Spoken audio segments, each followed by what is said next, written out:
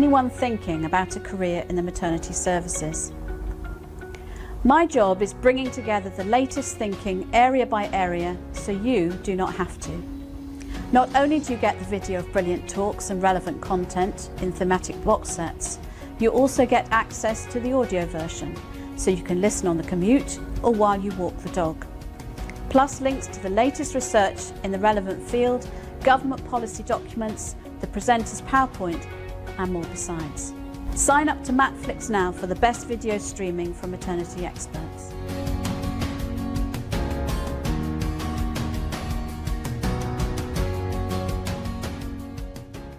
These awards, as you know, are a celebration of achievement, effort, change, innovation, management, insight, and the many other traits necessary to sustain a proud profession like midwifery and consistent services in maternity. We invite people to nominate a colleague or a student or a manager, whatever, where they think that person's a real trailblazer. And it's really a celebration of all that's good in midwifery and maternity care. They recognise individuals, they recognise teams, management and educators. Anyone who values excellence and makes improvements. They are essentially a celebration of all of your achievements. So, shall we get on with it? What you do with your day-to-day lives, I just admire you hugely. If you do want to nominate a colleague, a friend, maybe yourself, please speak to the organisers and visit the website, and I really hope that we'll see you at that.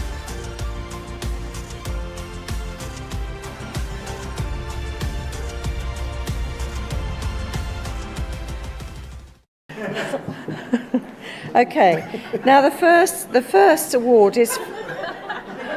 What's nothing, I don't know.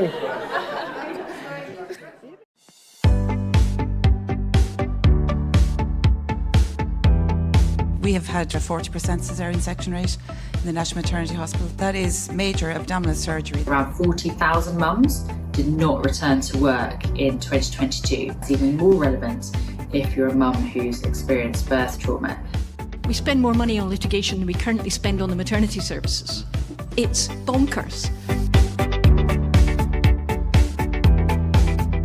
It's in all of our interests, and particularly the government, to improve maternity services. We can't achieve our mission unless we bring parents and professionals together. A revolution needs to happen. We need to start working together. I know it's a hard time, but for goodness sake, it's the best profession in the world. Be proud to be midwives, be proud of the job that we do, and continue to celebrate our successes.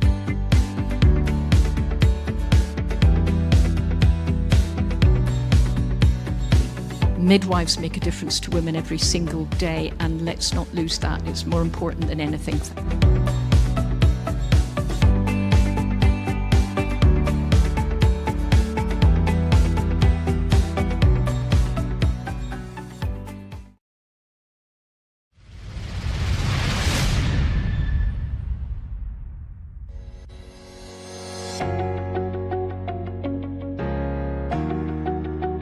Welcome to Matflix, video streaming from maternity experts.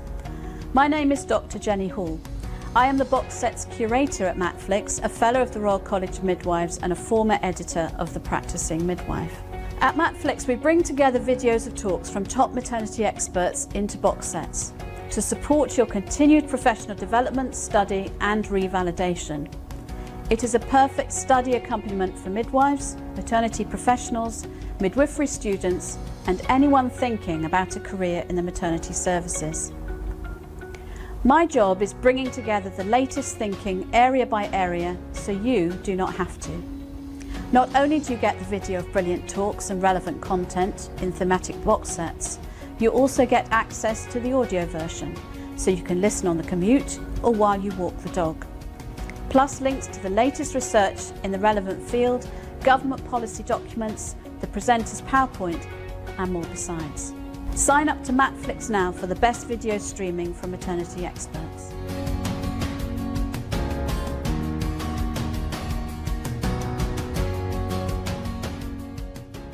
These awards, as you know, are a celebration of achievement, effort, change, innovation, management, insight, and the many other traits necessary to sustain a proud profession like midwifery and consistent services in maternity. We invite people to nominate a colleague or a student or a manager, whatever, where they think that person's real trailblazers. And it's really a celebration of all that's good in midwifery and maternity care. They recognise individuals, they recognise teams, management and educators. Anyone who values excellence and makes improvements. They are essentially a celebration of all of your achievements. So, shall we get on with it? What you do with your day-to-day lives, I just admire you hugely. If you do want to nominate a colleague, a friend, maybe yourself, please speak to the organisers and visit the website, and I really hope that we'll see you at that.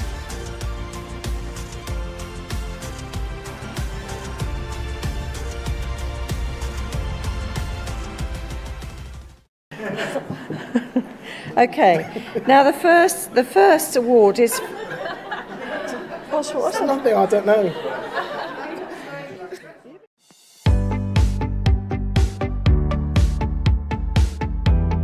We have had a 40% caesarean section rate in the National Maternity Hospital. That is major abdominal surgery. Around 40,000 mums did not return to work in 2022. It's even more relevant if you're a mum who's experienced birth trauma.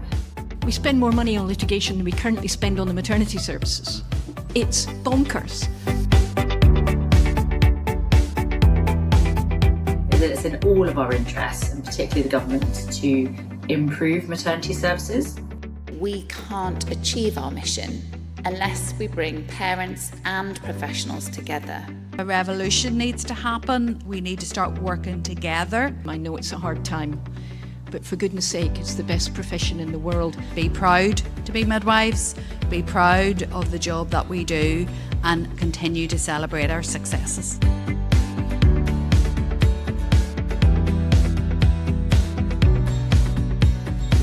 Midwives make a difference to women every single day, and let's not lose that. It's more important than anything.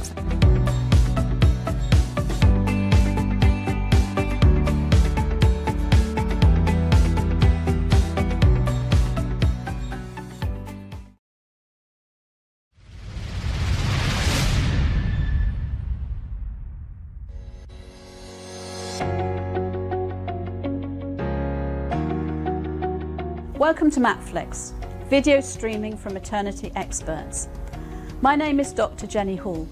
I am the box set's curator at Matflix, a fellow of the Royal College of Midwives and a former editor of The Practicing Midwife. At Matflix, we bring together videos of talks from top maternity experts into box sets to support your continued professional development, study and revalidation. It is a perfect study accompaniment for midwives, maternity professionals, midwifery students and anyone thinking about a career in the maternity services. My job is bringing together the latest thinking area by area so you do not have to. Not only do you get the video of brilliant talks and relevant content in thematic box sets, you also get access to the audio version so you can listen on the commute or while you walk the dog.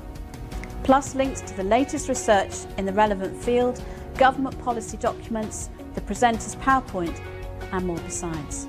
Sign up to Matflix now for the best video streaming from maternity experts.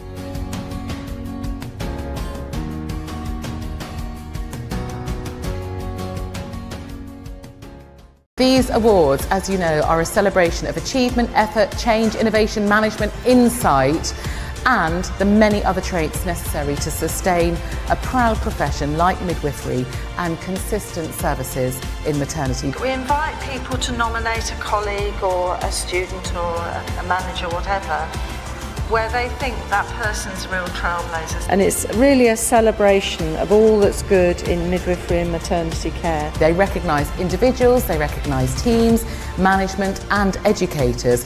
Anyone who values excellence and makes improvements.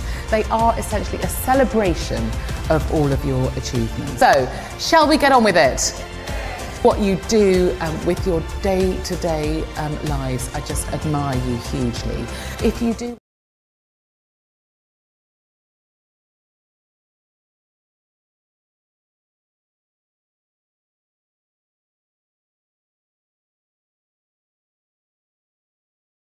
These awards, as you know, are a celebration of achievement, effort, change, innovation, management, insight, and the many other traits necessary to sustain a proud profession like midwifery and consistent services in maternity. We invite people to nominate a colleague or a student or a manager, whatever, where they think that person's real trailblazers. And it's really a celebration of all that's good in midwifery and maternity care. They recognise individuals, they recognise teams, management and educators.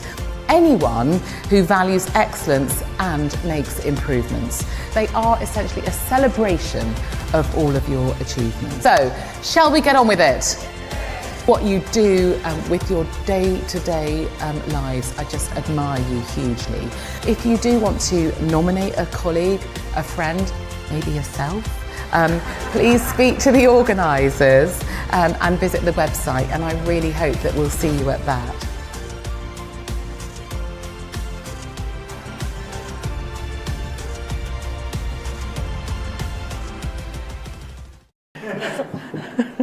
Okay, now the first award is.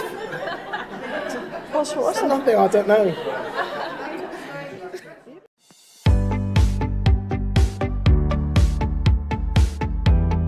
We have had a 40% caesarean section rate in the National Maternity Hospital. That is major abdominal surgery. Around 40,000 mums did not return to work in 2022. It's even more relevant if you're a mum who's experienced birth trauma.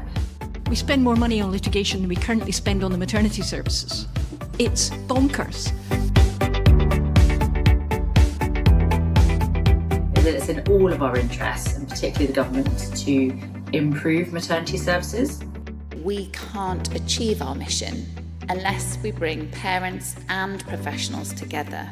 A revolution needs to happen. We need to start working together. I know it's a hard time, but for goodness sake, it's the best profession in the world.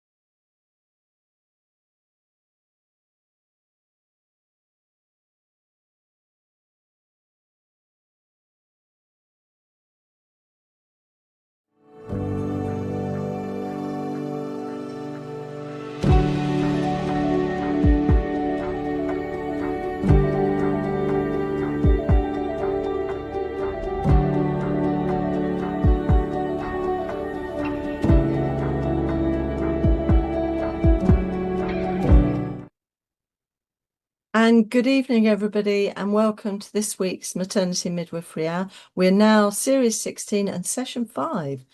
I always get a little buzz when I think Series 16. Wow. My name's Sue MacDonald. I'm the curator for the Maternity Midwifery Hour and the Maternity Midwifery Festivals, and it's my pleasure to be chairing this evening's session. And we're joined by two wonderful speakers, Dalvia Candola and Barbara Chisnikowska.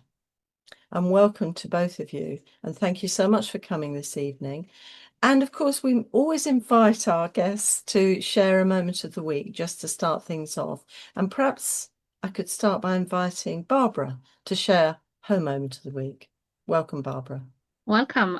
Good evening, everyone. That's a tricky one. I was thinking about it this morning, but I think the highlight of my week was on Monday on Bank Holiday when my new spin bike was delivered by Amazon.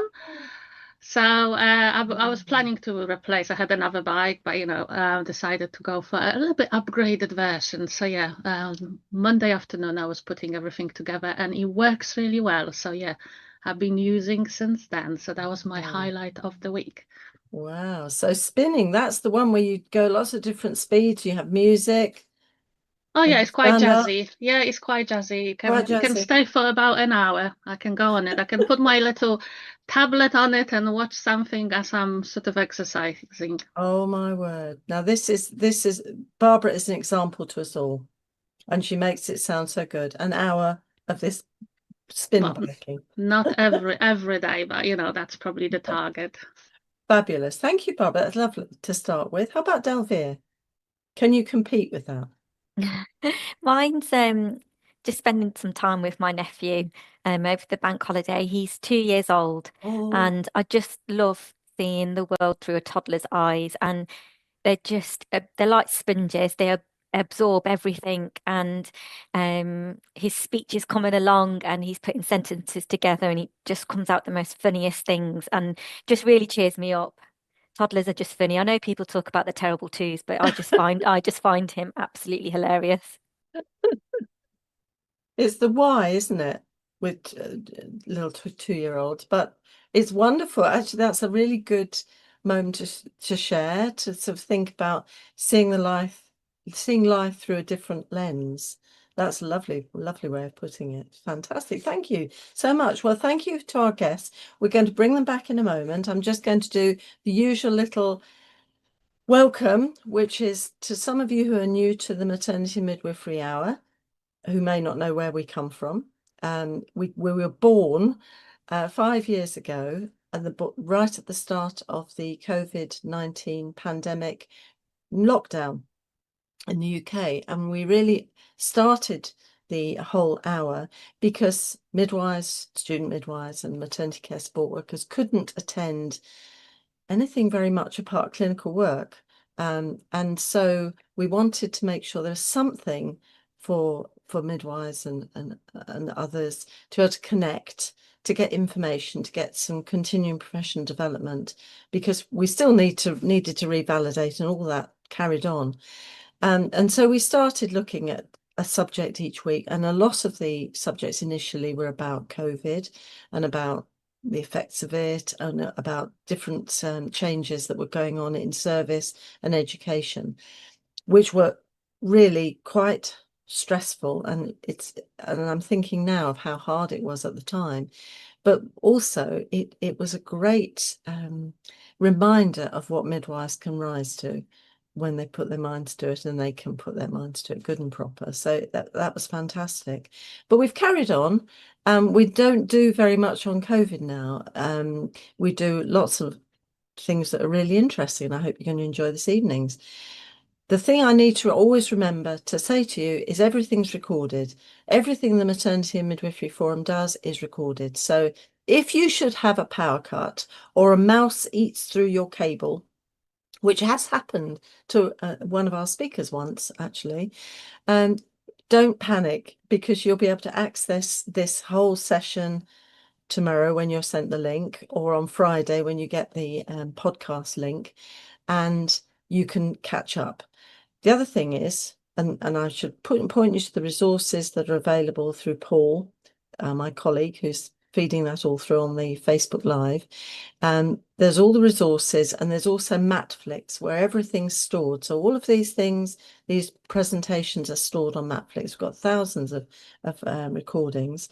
And I need to remember 200. This is the 200th Maternity and Midwifery Hour. Need to remember that. That's just one of the things that we do. But they're all recorded, and you can access any of the recordings, especially if you subscribe to Matflix or your institution do. If you want a personal subscription, it's quite reasonable, and you'll see the rates when you go on the website. And you can always try and see how you like it. Health warning, once you go into it and you start looking at some of the presentations, it's a little bit addictive, and you can find that a couple of hours have wafted on, and you've filled your brain with all sorts of really interesting things. So that's your health warning for this evening. The other thing is, I always say this, and I really mean it, thank you to all of you for what you're doing. You're really valued, and I know it can feel like you're not, because it's really hard work. It's coming out to the holiday period, and people are going off on holiday, and the place a little bit shorter. It feels a bit shorter, but just keep on going and doing what you're doing to keep women and babies safe and well and cared for. Now, I'm going on to the news feature, and I have to say, I usually look for a sort of the National Awareness Week or a National Awareness Day, and I need to tell you, tomorrow is National Biscuit Day. I thought that would be of interest to midwives especially, but don't eat too many of them. Now, next week is Volunteers Week, and next month, 1st of June, and it's nearly 1st of June, is Pride Month.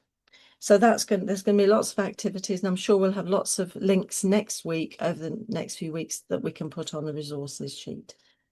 And we've had, and of course, the events in Liverpool are with many of you, and I want to send good wishes and thoughts and prayers to anyone who's been affected by what's happened in Liverpool. It just shows how precious, for me, how precious life is. And you can be having a marvelous celebration and something horrible happens, and everything comes into sharp focus. But what I've been overwhelmed by is how wonderful the people of Liverpool have tied all together, and they've been looking after people so well. I mean, there's stories of people giving everybody lifts all over the country to take them home or take them in, give them cups of tea, make sure they're okay. And it just that illustrates to me the warmth that's there in Liverpool. So good on you, Liverpool. But take care, and we're thinking of you. There's an article by Anne Ugelis, who's the chief executive of ICM, who spoke at the RCM conference. She's done a really interesting piece on midwives as first responders. You'll know that the ICM had as its theme the midwives as the kind of chief people who are really important in an emergency, and it's a really good article. And there's again on available, it's a really interesting presentation with Anna Byram and Mary Louise looking at maternal nutrition. That's available again on the Matflix availability, or on, I think you can go on to YouTube as well to access it. Really interesting. And I'm always in a rush to make sure we get to the meat of the evening, which is we're looking at the importance of engaging with diverse communities. And we all have diverse communities, and we need to celebrate those diverse communities because they enrich our lives in so many ways. But we need to make sure that they're cared for, and we're using the knowledge from them in providing the care and services people need. So this is about improving clinical outcomes, patient experiences, and research quality. And our speakers tonight, who are very experienced in this whole field, will share effective strategies for community engagement. They'll highlight success stories and offer practical guidance on how you can apply these approaches in your own clinical practice and research initiatives, those who are into research. So firstly, I'm going to welcome Dalvia Candola, who's a consultant midwife. She's a lead for inclusivity at University Hospitals of Leicester. She specialises in cultural diversity and supports one of the most diverse cities in the country to provide inclusive care within perinatal provision. She leads on developing the best approach to tackling health inequalities and enacting quality improvement initiatives which underpin equality, diversity and inclusivity agendas. She's also, now I'm sure she'll talk about this, a core 20+5 ambassador, which is an NHS England role, which supports the approach to addressing health inequalities. She's also, I don't know how she fits all of this in her life, she's also an NMC Fitness to Practice panel member and senior fellow of the Higher Education Academy. And this year she was awarded a pre-application fellowship with NIHR ARC East Midlands. So welcome, Delvia, the screen is yours, and welcome and thank you for coming this evening.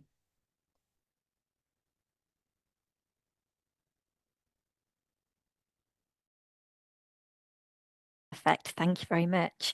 So as Barbara said, I'm going to provide an overview of listening to and engaging with our communities from a clinical perspective. And then my colleague Barbara will provide more of a research perspective. So first of all, why is it important? Why is it important for us to listen to and engage within our communities? Well, in maternity, developing community connections is a vital part of healthcare provision and addressing health inequalities. And for a long time now, we've been very lucky in maternity to have the Maternity and Neonatal Voices partnerships, and that's sometimes abbreviated to MMVP. And they're predominantly our source of public and patient engagement.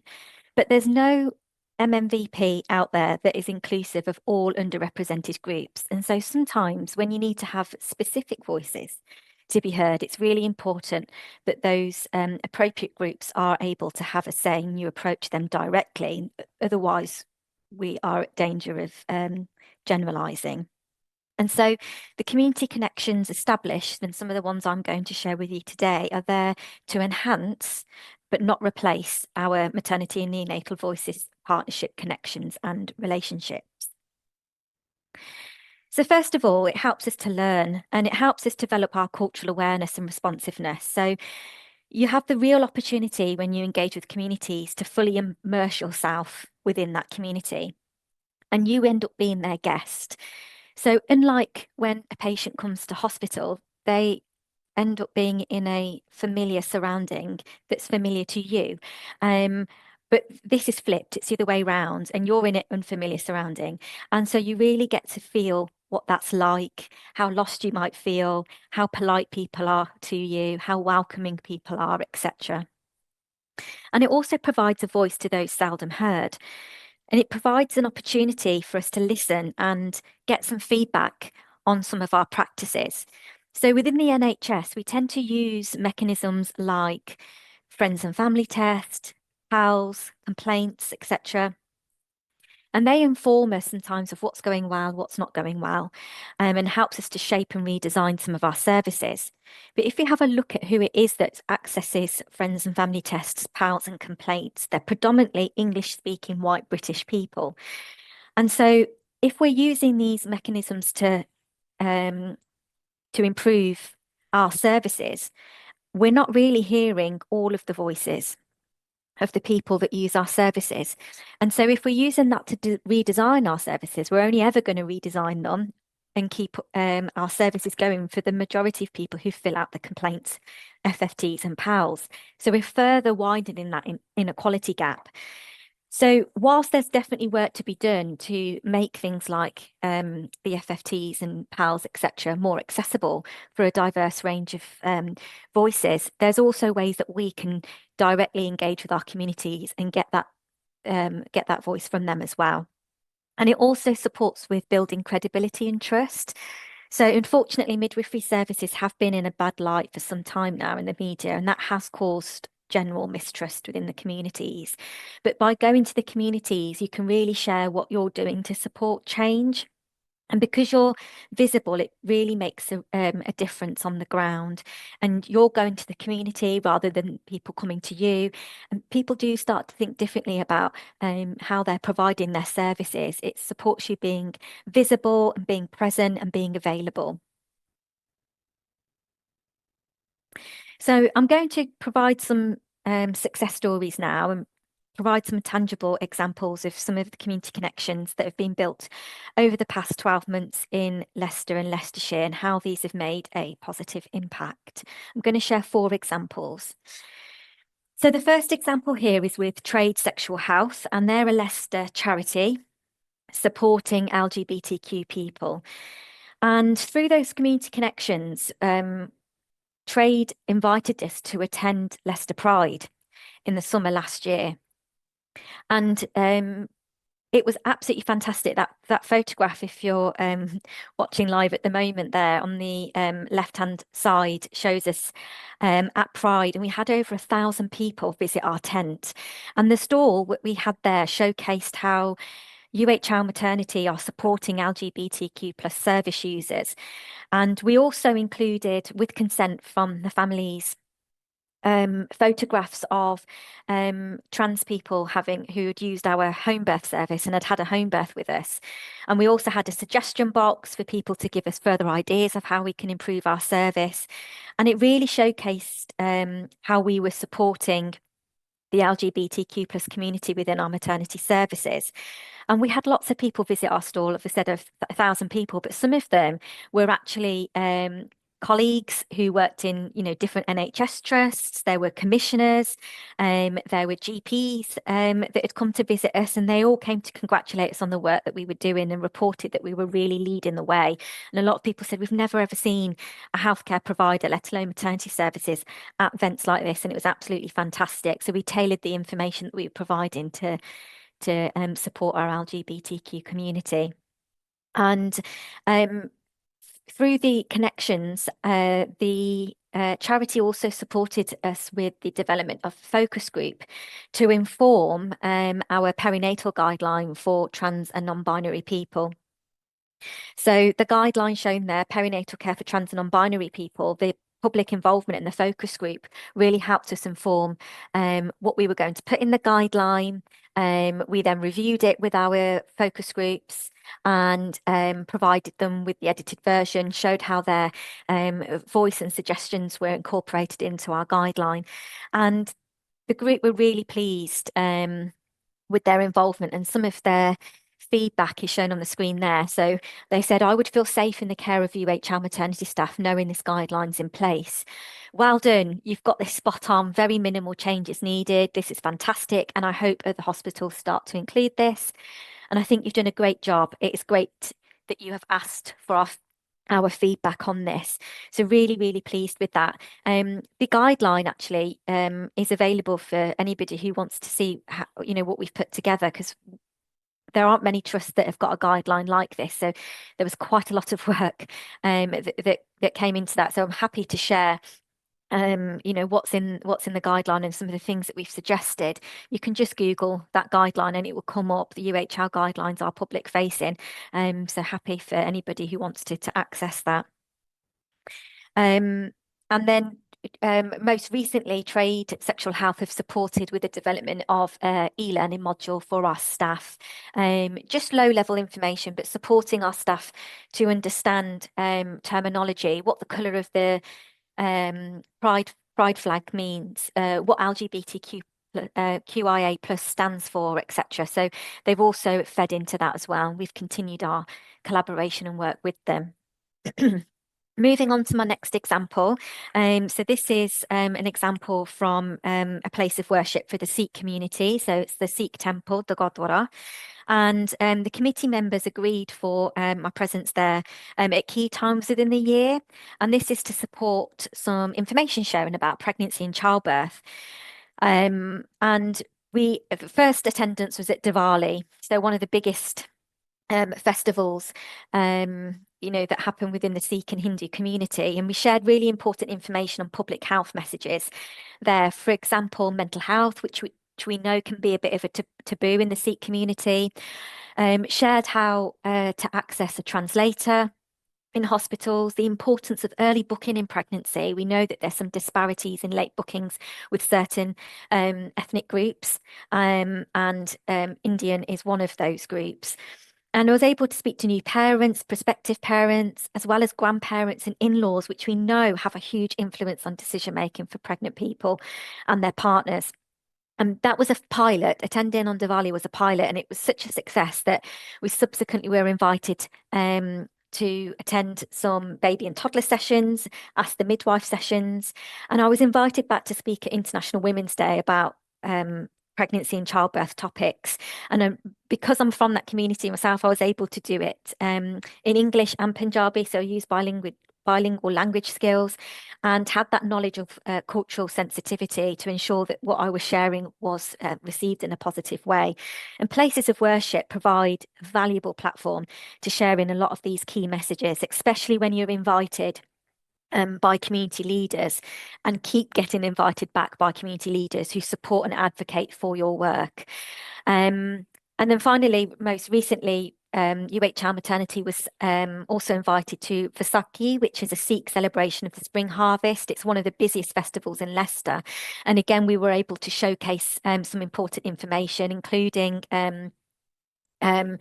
Punjabi dietary advice for diabetes, the importance of taking vitamin D in pregnancy, and much more. And there were quite a few people who were new to the country that had attended that festival to have that kind of sense of community. So I was able to talk to them. They were either trying for a baby, or just thought, well, in the future I might. Where do I start? What do I need to take? What's the good preconception advice? So it went down really, really well. Moving on to my third example, this is with food banks. So as part of my Core 20 plus 5 ambassador project, so just to explain what Core 20 plus 5 stands for, Core 20 relates to the 20% of the most deprived areas of England. And then the +5 elements relate to key vulnerable groups, pregnancy and maternity being one of them, and also additional inequalities, like, for example, asylum seekers, sex workers, homeless, etc. And so one of the ambassadors put me in touch with community leader Katie, who runs a food bank in Beaumont Leys, which is part of the Core 20 area of focus. And I just wanted to pay a visit and kind of learn so much more than I had anticipated. And up until then, only really thought the food banks were to support with providing food and supporting with food deprivation, but they're not. So what else they do? So they provide a range of different essential services to support overall well-being. They work really closely with libraries as well. So this food bank, for example, supported with connections and supported directly within the food bank itself with English language skills, digital skills like how to use the NHS app, prescription ordering, how to order your prescriptions, and CV writing and employment support. They also provided culturally specific food options like halal. They also provided gluten-free, and it was just a fantastic community resource. And midwives play a vital role in identifying challenges that families face. They're one of the very few healthcare professionals that still kind of enter people's homes, and so they can really witness the day-to-day realities. And there's a lot of time pressure during kind of appointment times with midwives, so it can be difficult to provide this comprehensive signposting to additional support like this. So I worked with Katie to design a really simple information sheet for our community midwives that provided an overview of the service and how the midwives can get in contact with the food bank, or how they can provide the information to their caseload to then get in contact directly themselves. And, you know, by increasing awareness of these community resources, midwives can really help ensure that families get the support that they need. And a lot of these initiatives, particularly things like libraries, which this food bank worked very closely with, are always under threat of closure because they're underutilised. Yet they are providing so much support, and it's just about knowing as a midwife that we don't always have to do everything ourselves. There are plenty of other services out there in the community that we can use to support the people in our caseload. And then my final example is with Leicester City Sanctuary, and they're a charity in Leicester that support asylum seekers and refugees. And through setting up community connections with them, we've been able to refer a lot of our asylum seekers and refugees within Leicester City to the charity, and they've really supported them with companionship, signposting to other services, and access to hot meals. And just last month, myself and a colleague were invited to attend a family event, and it was set up by the charity, and 15 families joined us to learn more about pregnancy and childbirth and how to access the NHS. And it was lovely because Amy, who's pictured here with me in the selfie there, she's our specialist midwife for asylum seekers and refugees, and was recognised by some of the family members that had continued going after she'd referred them, which was just really heartwarming to see. And, you know, we went to the people, we were visible, and we were there to explain how to access a midwife early on in pregnancy, again, how to access an interpreter, debusting a lot of pregnancy myths. And in addition, we did an activity with the attendees to help us understand how we can best support giving complex information in pregnancy. For example, the induction of labour process, which is hard enough to explain if you can read and speak English. So we did a bit of an activity with them. And then just last week, we were back at the charity. After it was brought to my attention from midwives that our asylum seekers and refugees, it's a generalisation, weren't following particular health information advice. And they kept coming to me and saying, but we keep saying this, we keep saying that, but every time I go, they're not following the advice. And I thought, well, there's got to be something that we're not doing right here then. Let's have a look at this differently. And we need to perhaps approach sharing this public health information in a more culturally sensitive way, rather than just our rote learnt information that we've been saying for years and years and years, and it's not actually personalised. And so I set up a focus group with the charity. with Maggie, who is the family's lead support. And she identified the people to attend the focus group. She provided us with a venue and refreshments. And, it was really inclusive. We supported parents who, people who've already had children, so there were parents, and we had childcare facilities there so they could take part in our focus group. And all of that made this focus group a success. And we had people attending from Sudan, Iran, India, Honduras, Ethiopia. They spoke an array of different languages: Arabic, Spanish, Hindi, Kurdish, Sorani, and much more. And they really helped us understand the cultural difference and some of the barriers that the way that we were currently approaching this healthcare information. And they also, most importantly, provided us with some solutions. So we're just pulling those narratives together and look forward at trying to implementing some of those solutions. And I'm happy to share that wider when it's gone through our internal governance structure, etc.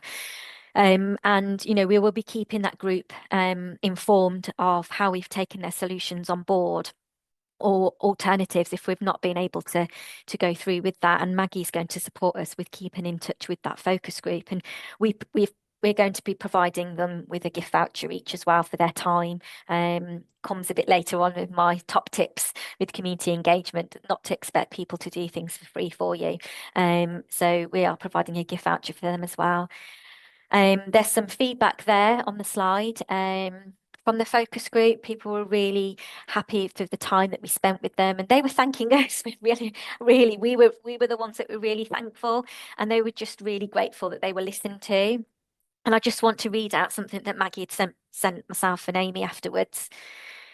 She said, "I think from these responses, you can see how much they valued being asked their views, being really listened to, learning from you, and also feeling they had something important to offer.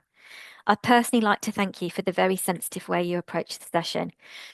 I could tell that they all wanted to contribute and share their experience, and it was very moving for me to witness that. And I'm so glad we have developed this partnership." So really, really pleased with how that went.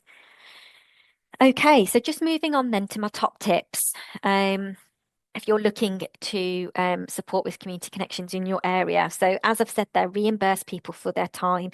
That could be in different ways. I've said about vouchers. When I went to the food bank, I didn't go empty-handed. I stopped off at the supermarket. I'd looked online what it was that they were short of, and I filled a couple of boxes and took that over for them. And that's really, really important. You're asking for their help as much as you're providing them with support. It works both ways. Really, really important to keep in touch.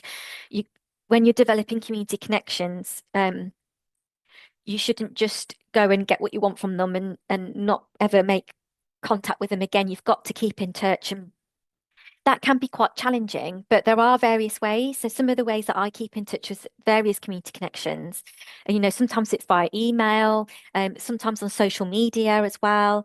I've invited them to things I've been going to. They can't always make it, but it shows I'm thinking of them. Sometimes I'll send just a message to, Temple for Happy Diwali, or to one of the women's charities that I work with, Happy International Women's Day, and things like that. It's really, really important, and that really supports that two-way dialogue. Following up with the community is really important. So if you're, for example, doing the focus groups, etc., or the guideline that I'd shared, it's really important that you follow, you keep them in the loop, and you don't just not see them and get in touch with them after you've got the information, because otherwise they'll just think, well, I'm not going to engage again. It's really important to support, building that trust and show how their contributions were really valid and how they've come to fruition. Amend your approach and make it appropriate and sensitive. So, for example, we amended our approach when we went to Pride, and we put up pictures from our home birth from a trans and non-binary perspective. We go to a Sikh temple, putting up pictures of any type of birth is probably not the most sensitive thing to do. So we reviewed that, but we provided information about the home birth service rather than photographs. It's really important. You do have to adapt the information that you provide, and be flexible. A lot of this has been taken part on weekends. Some are very last minute. So they might just get in touch with you and say, oh, there's such and such happening tomorrow, or, this week, we thought of you, could you make it? And it's important that not everybody works in the same way, and you have to be flexible when you're working with the community. So my final thoughts here before I hand over to Barbara is that building community connections takes time, and not every effort will yield the same results. You know, I've shared you my success stories. There are plenty of others where it's not quite what I'd anticipated to be. But don't limit your outreach to just parents or parents-to-be. Engage with everyone at these sorts of events and community engagements, including other attendees, extended family members like in-laws and community leaders. It's more about than just it's more than just spreading information. It's about building trust, shifting perceptions, and creating meaningful, lasting relationships within the community. Just share there my email address and social media handles, and I'll hand over to Barbara. Fantastic, David. We'll carry on with Barbara next.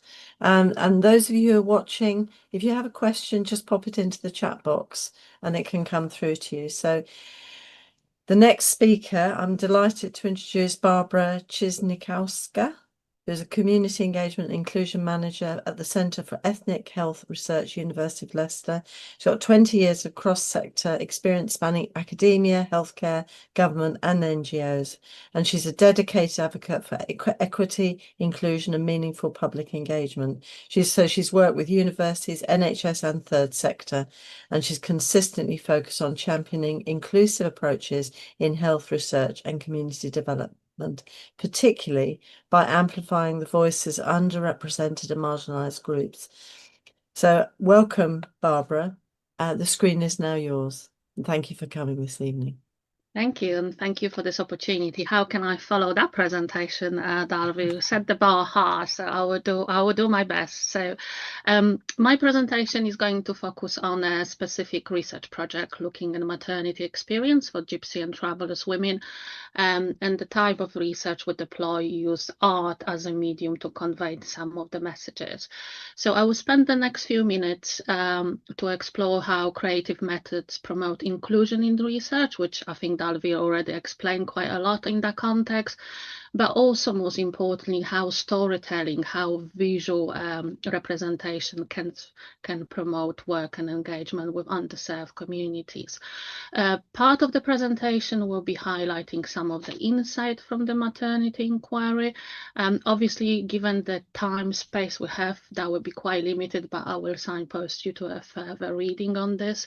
And lastly, I will look at some key consideration for public involvement while working with Gypsy and travelers, and actually how art can be one of the medium when we bridge that cultural divide and challenge some bias and things what exist sadly in our society and service provision. So before moving to specific example of the art project we did around maternity experience, I think it's really important to look why inclusive research matters. You know, we use lots of terminology about, you know, making things accessible, inclusive. I think Davi presented fantastic example of, you know, how you can deploy that in practice. And actually using slightly different method, different approach to this. We know it works. So, you know, by just doing traditional things as we always done, create the danger of excluding marginalized voices and, you know, this number of groups we could identify with this. From the perspective of our project, we felt art was a medium which created the universal language, particularly for groups where probably literacy is quite limited, or people who do not speak English is a really nice vehicle to create that. But most importantly, I think whatever we do is a service provision, is providing care, undertaking research. I think it's really important we guided by the key element of our principle, which is about building trust relationship, but actually making the engagement impactful, not just for our services, our research purpose, but actually for the community itself. And also, I think it's really important to acknowledge is that ownership element. So particularly within our project, which I highlighted later in my slides, is we created the ownership between community, the artists, and the research team. So that's again create a very nice space in terms of longevity and sustainability of that. And obviously the key theme of is co-production. So it's not just done by us, but actually working together with the community. So why we decided to undertake work with Gypsy and Travelers women and looking in the maternity experience? I think many of you on the call would not be surprised, historically this is very underserved, and the research group face many systematic barriers in stigma. I could probably put a number of different policy reports, documents which highlighted the inequalities for Gypsy and Travelers, and this is just a small sample on the screen. In terms of our research and context where we are in Leicester, we obviously got quite a substantive Gypsy and Traveller community with over 70 sites.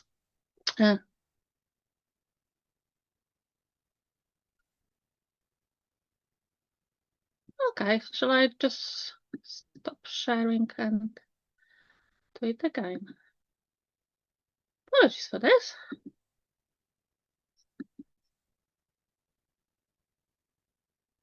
Okay. Thank you. Apologies for that. So in terms of our sort of local context, we obviously got quite substantive local community. Having said that, communities suffer from a number of poor outcomes when it comes to health. That includes, a high level of mortalities, number of, long-term condition, but particularly in terms of, maternity, there's, low level of undertaking screening, perinatal inequalities. And actually, if you look overall in terms of the life expectancy, when it comes to Gypsy and Roma individuals, the life expectancy is about 25 years shorter to a normal wider population. So that's starking health inequality. And I think, for someone, when we use the phrase old age, for someone in the Romanian Travelers community, that's around 60.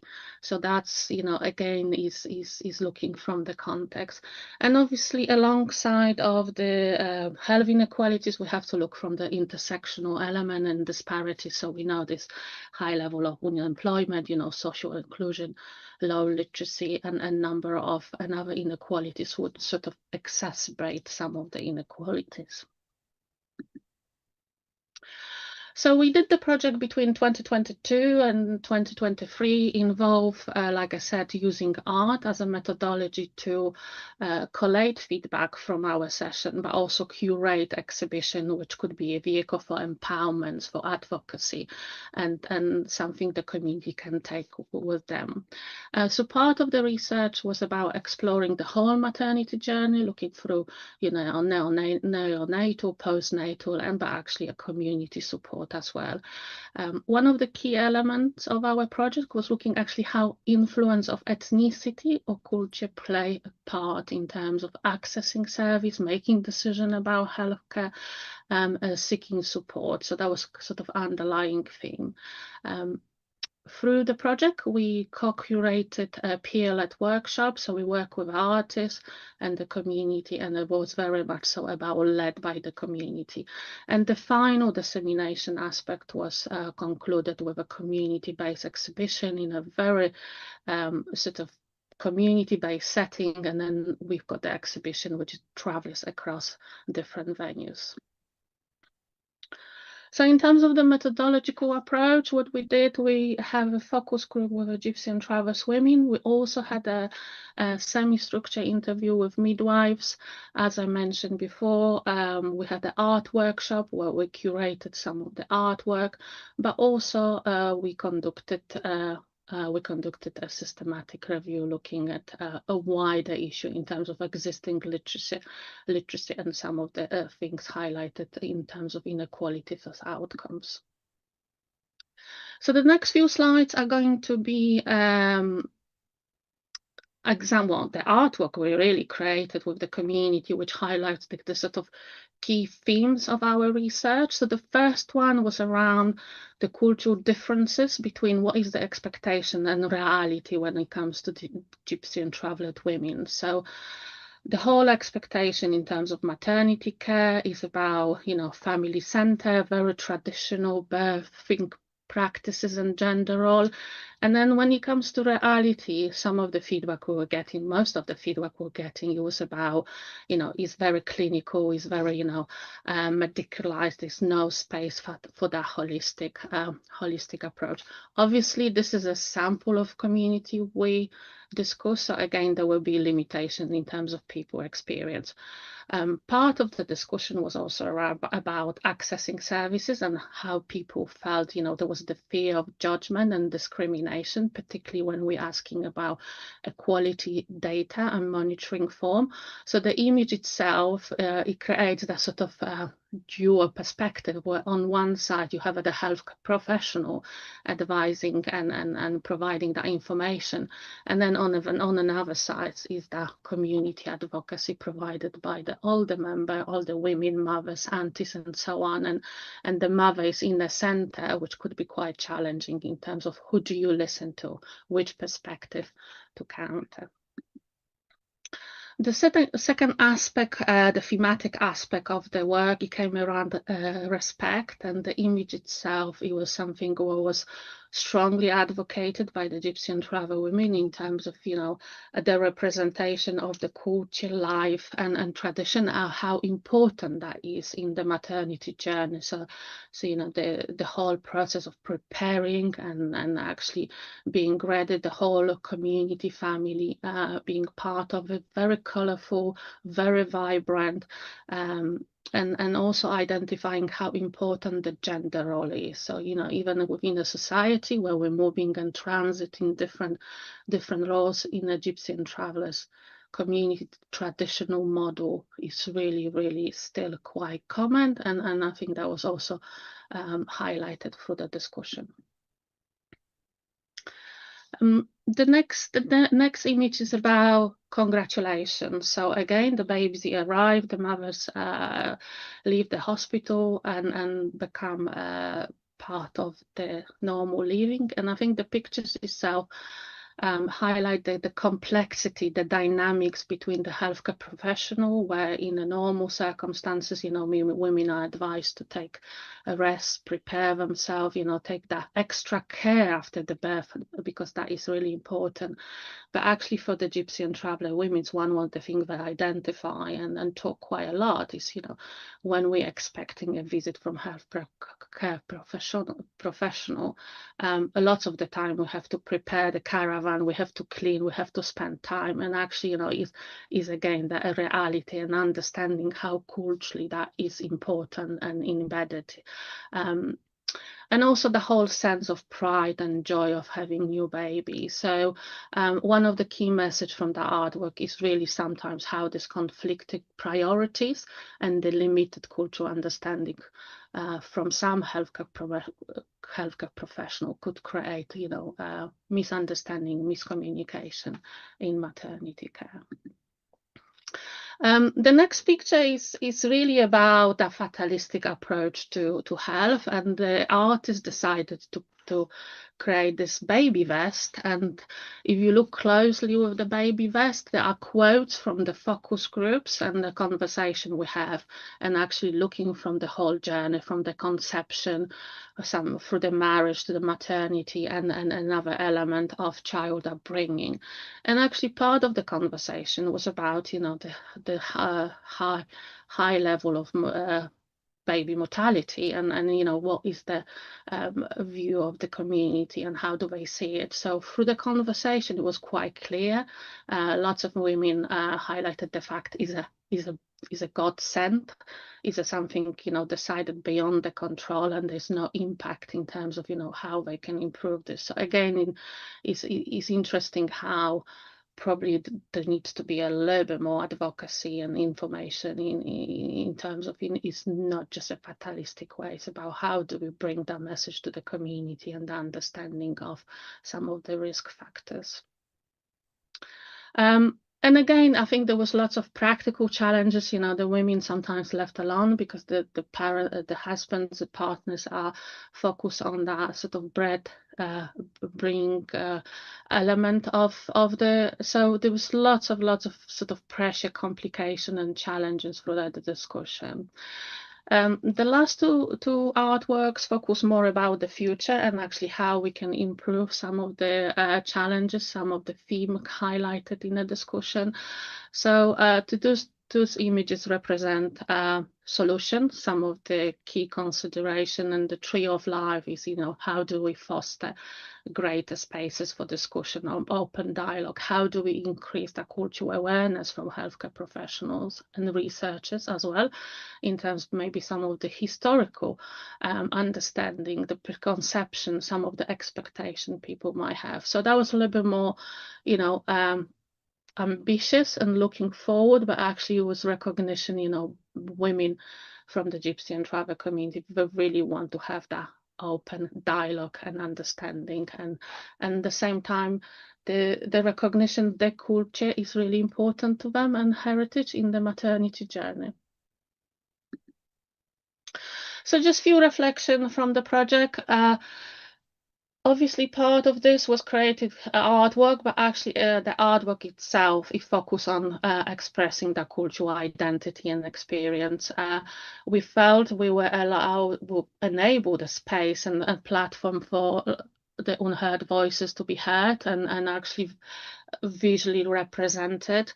Part of the project will also bring the research team to local community and being part and building that trust and relationship, notwithstanding some of the challenges we face, you know, around stigma, literacy, the general research fatigue, general sort of low engagement from people.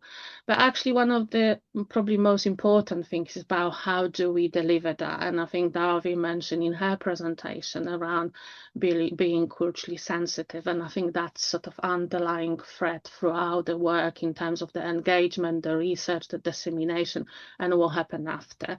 And I think again, one of the things that was highlighted throughout the conversation is about how do we empower community members from the Gypsy and Travel community to become these advocates, to become, you know, something they can provide a bridge between community, healthcare professional, research team, or whoever is there to support them in that journey. And obviously, from our point of view, the visual narrative created that bridge between both angles.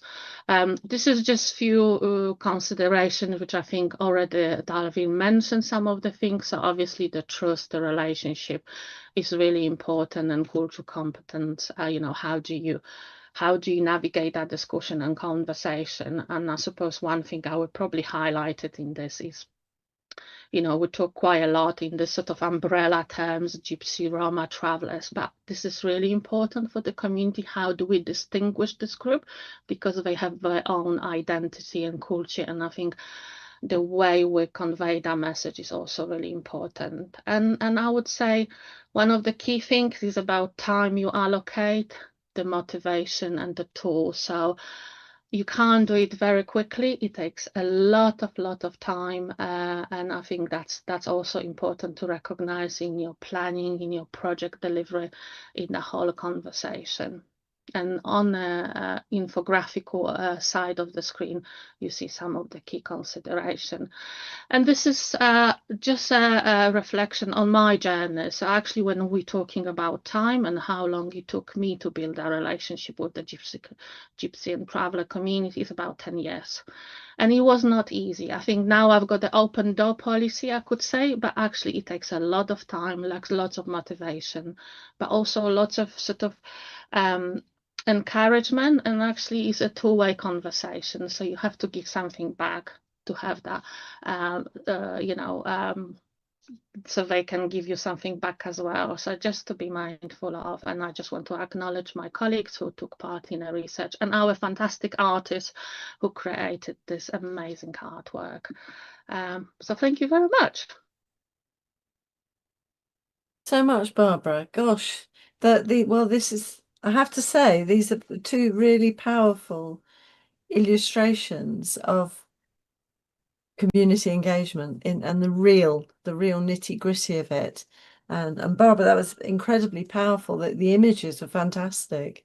And I was going to say, have they been kind of presented anywhere, like in an exhibition? I don't know if you mentioned that or I missed it or. So we did, at the end of the project, we have a community-based exhibition for about 4 days. And so obviously that's aimed at the community itself, but also we invited the research community and another, professional. But that was about a year or so ago. But now we keep the sort of showcasing the exhibition in different places, again, making sure, it's visible, but also allowing the community to take the exhibition and present in their context. So if they maybe do something around gypsy and travelers awareness, they can showcase as an example of a research project. Because these were done by an artist using the voices, rather than the women and families doing their art. Because when you started talking about art, I was thinking, crikey, these people are really fantastic, and the colours are so vivid.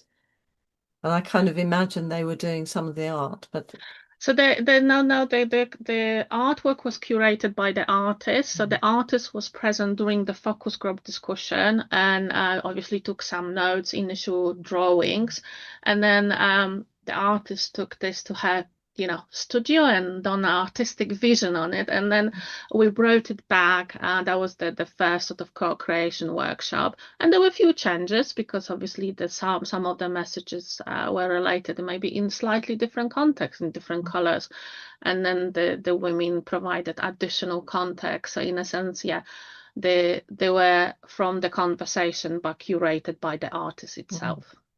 Fantastic. It was really, really, really interesting. And I think some really useful kind of messages, especially in terms of the life expectancy being so much lower than the whole population, and also the sort of the need for time and invest. I love the last infographic you shared, because I think that's a really good reminder to us all. You can't just pop in and expect people to trust you, because this felt very much the development of a trusting relationship, which obviously took a lot more time because of the healthcare work, healthcare professionals maybe never having done anything in this way before, not being as trusted or known. They didn't know us and we didn't know them, as it were. I don't know if I phrased that very well, Barbara. No, you did, and I think that's, like I said, is that you invest a lot of time initially, but actually long term that pays off. And I can confidently say, and I can do any research on any topic now, and the door is open. But it doesn't happen very quickly, and I think it's also about the impact of that engagement. So I don't want just to research. I want to make sure the research impact and improve lives and improve the wider, things for the community as a whole. So I think that's also important to acknowledge. It's not just about involvement for the sake of it, but actually the impact of that involvement. And I think that's really important. I think it came from both your presentations that it's about a meaningful change and about getting the voices out there or out to us, just as we're giving them information and maybe getting it wrong because we're not tuned into what they need to know and their cultural kind of needs, as it were. And when Dalvir, when you were talking, I was thinking it feels like you were becoming so much of the community, like we all would want to be as a community midwife, knowing your people, knowing the geographical area, knowing the people, properly knowing them. I don't know if you felt in that way at the time. Yeah, absolutely. And I'm not from Leicester, and this is my first job in Leicester. And so setting up those connections over the last 12 months when you're new to Leicester, not knowing Leicestershire, Rutland in itself is challenging, but it came with its benefits as well. So yeah, absolutely. But it's really important that you get involved with community connections as much of your community, your actual staff as well, because that's how it becomes sustainable. Because if you just do it with just one person, as soon as that one person goes, those connections could break and could come down. So it's really important. And we've had lots of people we've supported different elements as and when they can. No, that's fantastic. I mean, I was thinking also when you were talking, having used those 4 examples, that one of the positive things, because I think sometimes as a midwife, it can feel really difficult when you're with people, there's a poverty issue, people aren't getting enough to eat, they're not getting services necessarily. And this sort of mechanism of really understanding the community and getting to find out what they need in the way must be very positive as a midwife to be able to help them in a much more focused way. Absolutely. And we get lots of things you just think you just want to help, you don't know where to go to get that support, and you just want to help, but that support is out there in the community. And we've there's lots of challenges for example, interpreters and language across England. And some people do think, well, why aren't we teaching new migrants and people who arrive in this country English? And well, in terms of taking that with a bit of a pinch of salt, we absolutely are. And there are services out available for them. But if you don't know about it as a healthcare professional, how is this new person, this new country, supposed to, find those? So it's about making every contact count and really having those services available on our doorstep and in the community. And they absolutely are. I mean, that food bank is next to a library, which is next to a GP surgery, which is next to a shopping centre. And, before this, the midwife at that GP surgery didn't even know that there was the food bank. And so, it's really, I think we're so siloed sometimes that we're rushing from one place to another place. We go in and we provide our antenatal clinic, we leave and we go and do visits and go to another antenatal clinic. And actually, there's just things right on our doorstep that can help us do our job as best as we want to be able to do it. I mean, the food bank example you gave was really interesting because that did feel very much like a hub. And now when you describe it, it's even more of a hub. It's fantastic. Thank you so much. Now we have some questions coming through, or comments. I've got Maria. Hi, Maria, who's an MNVP lead. And she says, do you have any advice for engaging with dads? I think I can start maybe from the Gypsy and Travellers context. Yes, that'd be lovely. I think that is very tricky. So not just in terms of the maternity theme with it, but whatever research I've done with them is always the women, and the men are. I don't want to use the phrase hard to reach because we tend to avoid this. It's the means how to you engage.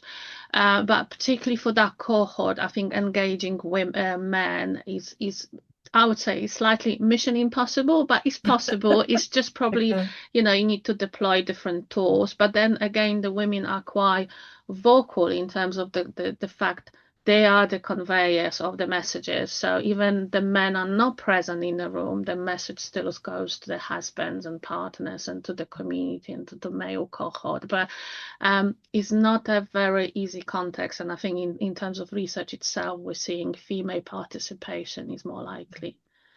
So it's more women's business. I know, Davia, would you agree with that? With the and just to echo what Barbara said in terms of it, we have to make the way that we approach things personalized. So, if, for example, my advice would be that if we're trying to engage with dads, that when you're there, you provide materials and education that is specific to dads. So, for example, locally we've signed up to an app called DadPad, and it's all about providing parent education to dads. There's also co-parent pad for same-sex relationships, etc. So advertising that really gets the dad's attention, and then you can have a chat to them, and once you've got them engaged in one conversation, the conversation just flows, and you might be able to then ask something else or share some other information. And so there's that. There's also a hospital trust-wide app that we use called Access Able, which provides information about how to get to the hospital. That's sometimes what birthing partners and particularly dads are most worried about, is how to get to the hospital and where do I park, and showing them that, and they're like, wow, this is brilliant, this is really good. And then you talk about something else. A quiz goes down really well, even if it's a truth or myth, something that's a little bit funny but also it's got some serious elements in it as well. And just they're just some of the things I've used before to support with engagement. But yeah, you can't use the same method every time. I mean, I've not even shared some of those methods in those 4 examples, but it's just something different if I was to approach dads specifically. It will be very different if I was to approach same-sex parents or potentially people who don't have anybody with them. It's, it's very, very different. And I think that the thing that I've jotted down is personalised care and really individualised care, and kind of each individual person. And as a couple, the couple's going to be different. They're going to have a different, and we don't know how they usually operate. I mean, I think some groups, like the Gypsy and Traveller communities, do seem very kind of, the men have this job, the women have this job. And other communities probably have variations on a theme to a certain extent. So thank you for that. Now I've got Philandra Costello. Hi, Philandra. And Philandra says, thank you. Great presentation. Yes, I agree. And completely agree that different approaches to spreading health information awareness is really important. We, and she's Central and South Genomics Medicine Service, are currently in the process of spreading awareness of genomics and the generation study within the Islamic community, with focus groups and videos that encourage discussion. We will have a report from this process we would be happy to share. The aim is to increase awareness of genomics and genomic research. And that's a really big thing at the moment, so thank you for that. And then Philandra continues, my question is really about this first steps. Are there any top tips to start? Take into account the genomics and genomic research and sharing. I can start. I think I've done some genomics actually research with involvement. We had an external involvement with another academic institution with Gypsy and Travellers. So we have a couple of focus groups looking at genomics. And it was quite interesting because initially we felt the topic would be a bit alien, it would be difficult and complex. But actually the conversation were fantastic. And what was interesting to see, people have experience of genomics and genetic testing and so on, and actually allow for the richness of the conversation. I would say in terms of top tips, maybe initially create the soft talk activity. So just go and say hello, engage in a less formal context rather than full on having a focus group or public involvement. So maybe allow for that initial setting up time, build slightly that relation, particularly in the context of Gypsy or Travellers. When you go there, the first 15-20 minutes is about just having a cup of tea and biscuits, and I think you have to allow that time and that space for building the understanding. So I would say if that the top tips, I don't know. I think that is a pretty top tip, because you're reiterating the need for time. You can't rush these things. It's the investment of time. Maybe we need to think of it in that way. David, did you want to add anything to it as a top tip? I loved your top tips. Yeah, other than those top tips, I guess for this, I'm not sure where Philandra's from, in terms of, is she doing it from a local perspective or a national perspective? Because the generation study is obviously national, and so maybe if you're not from from the national team, getting in touch with the national team, because they will have connections. Something as large as the study as that would have had to have community engagement at the inception. It should have, for best practice, through before it came to delivery, and that includes having something called an equality impact assessment, also sometimes referred to as HEAT, capital HEAT, health equity assessment tool, something along those lines. And that's looking at such studies like that, and are there certain groups that could be misrepresented, underrepresented, disadvantaged by particular research elements. And it might be that something cropped up for there because of mistrust or God's will, or not believing in genomics, etc., etc. And that really will kind of be the seed. Once you've got that will give you some directions as to where to go to start developing those community connections. That's something probably additional that I can add to that. Fabulous, thank you. Gosh, that's fabulous. Okay, and we've got another comment, and this is from Tony Thornburn. Tony, he says, engaging with trusted leaders within communities is fundamental. Continued engagement, as highlighted, essential. Very well done to these initiatives. So you get a little applause, I think, for that. Now, I wasn't sure if there was some other comment coming through, because I'm very aware of the time. Now, I always say this is the fastest hour in the week. And I think we might have one question, because I can see Paul's typing something in at the moment, so it might be coming in. Oh, Philandra says, thank you, Philandra. She says, sorry, I have many questions with regard to social media. Do you think this is a good route to engagement with communities? This is our final question. So this would be, let's start with Barbara and then go into I suppose I don't think you can have a yes and no answer. I think I would say, judge on the merit and which community, which, cohort, age, and so on. Personally, we use social media as well, but I would say, it's always assessment on the basis who you want to engage and what the message you're conveying. And also you have to remember, social media is bombarded with lots of stuff. So, what are you posting, in the morning, people might not see it by lunchtime. So I would say it's one of the medium, but it's not end goal how to engage with communities. And also I think from personal experience, sometimes when we promote stuff in social media, we get lots of sort of bots and chats and unrealistic people basically contacting us, and again, that's a danger. But I would say use it as a tool, but with a caution, and assess, in terms of a merit of your engagement. Fabulous. Thank you, Barbara. How about David? Do you want to add to that now? Yeah, completely echo what Barbara said. And I think sometimes if we are going to use social media, it's best to come from the community leaders themselves. So if, for example, the place of worship or the charity that you have social media, it's best for them to share it directly rather than you. And it depends also on the platform. If you're going to share something on LinkedIn, it's not going to reach the community as well as something like Facebook. So it depends on your platform as well. But I agree with everything Barbara said as well. Fabulous. Well, thank you. What a lovely way to finish. And as I said, this is the fastest hour in the week. And I want to say a big thank you to Delvira and Barbara for joining us this evening. And I should have said right at the beginning, I did say it was all recorded, and you will get a recording link. And please do share with your colleagues.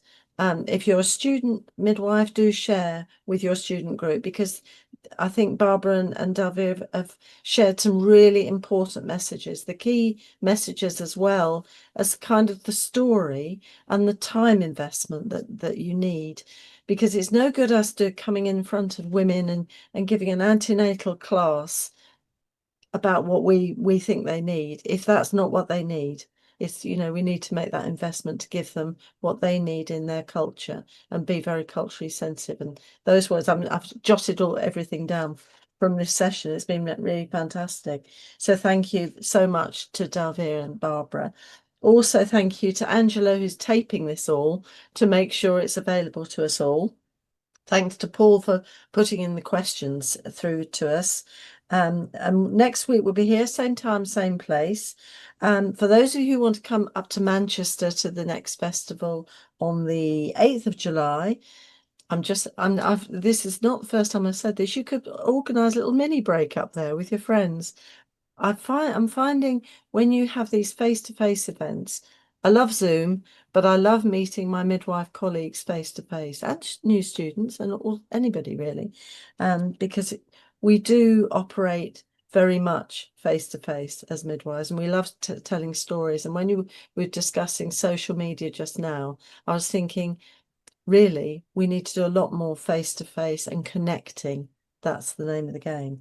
So in the meantime, thank you so much for joining us this evening, and I hope you've enjoyed it, and share with your colleagues. We're very happy for you to share, and we'll see you next week. And in the meantime, stay safe and well.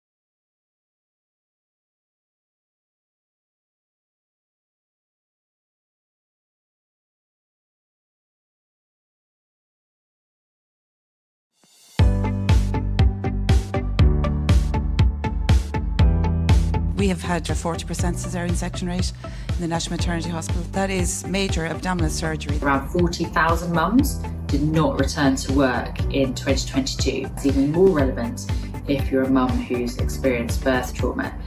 We spend more money on litigation than we currently spend on the maternity service.